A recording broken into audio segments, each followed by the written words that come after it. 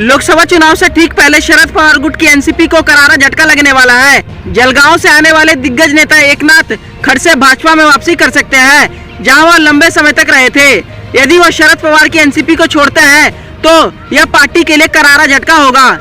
चर्चा है कि लोकसभा चुनाव के पहले राउंड की वोटिंग से पहले ही एकनाथ खड़से भाजपा जा सकते हैं। खड़से इन चर्चाओं को खारिज कर रहे हैं, लेकिन कयास थम नहीं रहे हैं। सूत्रों का कहना है कि वह रविवार से दिल्ली में है और भाजपा के वरिष्ठ नेताओं से मुलाकात की कोशिश में है। भाजपा के शीर्ष नेताओं से मुलाकात के बाद वह एनसीपी शरद चंद्र पवार को छोड़ने का ऐलान कर सकते हैं। इसकी एक वजह यह भी है कि भाजपा ने रावेर लोकसभा सीट से उनकी बहन रक्षा खड़से को उम्मीदवार बना दिया है। शरद पवार खेमे ने जब उनसे इस सीट से लड़ने को कहा तो उन्होंने इससे इनकार कर दिया।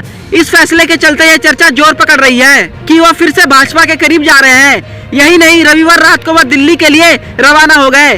तब से ही चर्चा है कि भाजपा ज्वाइन कर लेंगे। उनकी बहन रक्षा खड़से ने भी पिछले दिनों कहा था कि उम्मीद है कि एकनाथ खड़से घर वापसी करेंगे।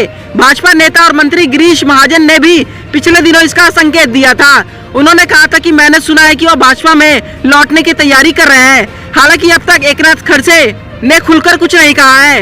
वह पिछले कुछ दिनों से मीडिया से भी बच रहे हैं। बता दें कि पिछले दिनों बॉम्बे हाई कोर्ट से एकनाथ खड़से परिवार को जमीन घोटाले में राहत भी मिली है।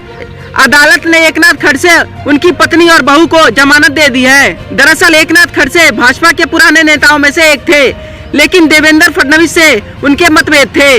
कहा जाता है कि इन्हीं मतभेदों के चलते उन्होंने भाजपा से अलगाव कर लिया था। गिरीश महाजन से भी उनके अच्छे रिश्ते नहीं बताए जाते हैं। एनसीपी में जाने के बाद शरद पवार ने उन्हें विधान परिषद का सदस्य बना दिया था। यहाँ तक कि जब अजीत पवार ने बगावत की थी तब भी एकनाथ खड़से सीनियर पवार के साथी थे। ऐसे में माना जा रहा था कि वह पार्टी नहीं छोड़ेंगे, लेकिन अब तस्वीर बदलती हुई दिखाई दे रही है। इस खबर पर क्या है आपकी राय, हमारे कमेंट बॉक्स में जरूर लिखिएगा और देश दुनिया की तमाम खबरों को सबसे पहले जानने के लिए हमारे बेल आइकन बटन को प्रेस करना बिल्कुल ना भूले। धन्यवाद।